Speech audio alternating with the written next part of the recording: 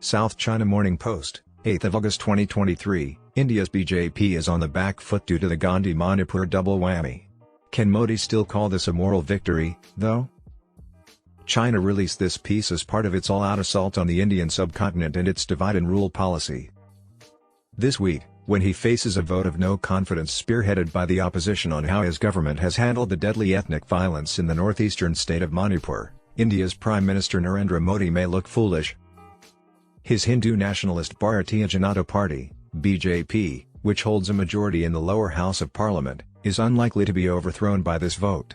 Still, observers believe it may give the opposition a chance to claim a moral victory over a touchy subject before the general elections of the following year. Videos of two women from a minority ethnic group being paraded around naked and attacked by an enraged mob recently surfaced, sparking widespread protests over the months-long violence in the remote mountainous state. Modi, who had not previously addressed the matter publicly, called the assault on the women shameful and pledged to take action. Still, opposition parties obstructed parliament and sought an extensive statement.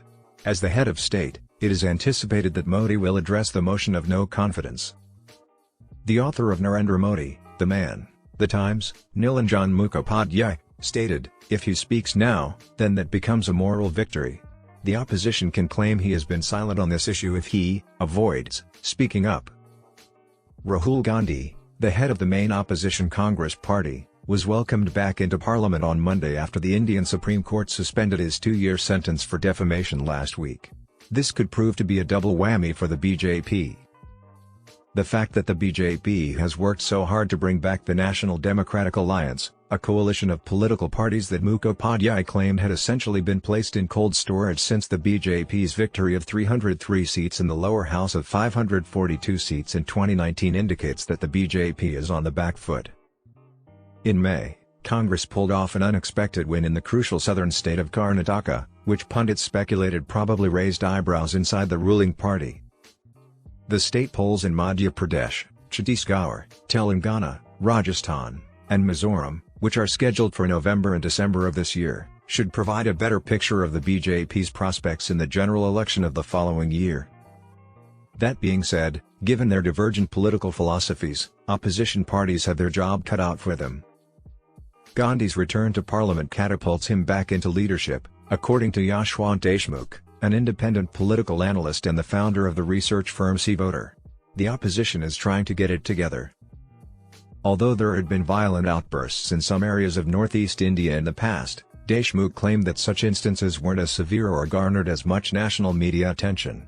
Even so, it won't seriously hurt the BJP's chances in elections, he continued. Irritated.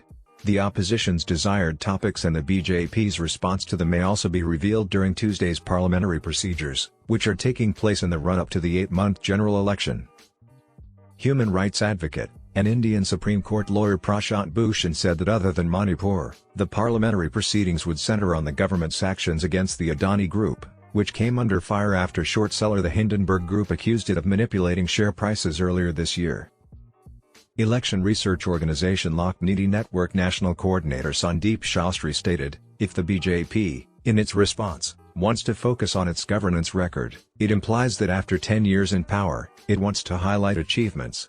On the other hand, it indicates they don't have enough work to highlight accomplishments if it chooses to attack the opposition." He said it would be better if the opposition concentrated on problems like the violence in Manipur instead of engaging in a leadership discussion that BJP MPs could utilize Modi's ongoing popularity to squash. Identity politics carried too far is reflected in what has transpired in Manipur. However, Shastri continued, all the political players ought to have seen the writing on the wall and taken further action to address the situation. Since unrest between the Kuki/Zo minority and the state's majority Meitei group broke out in May over land rights and job quotas, almost 150 people have died in Manipur. The conflict was started by a court judgment that gave the former access to unique advantages previously only available to the latter. It's a terrifying situation for you. The dominant group continues to use violence in defiance of the law. The founder of the non-governmental organization Human Rights Law Networks, Colin Gonsalves, stated that no democratic institution seems capable of stopping the violence.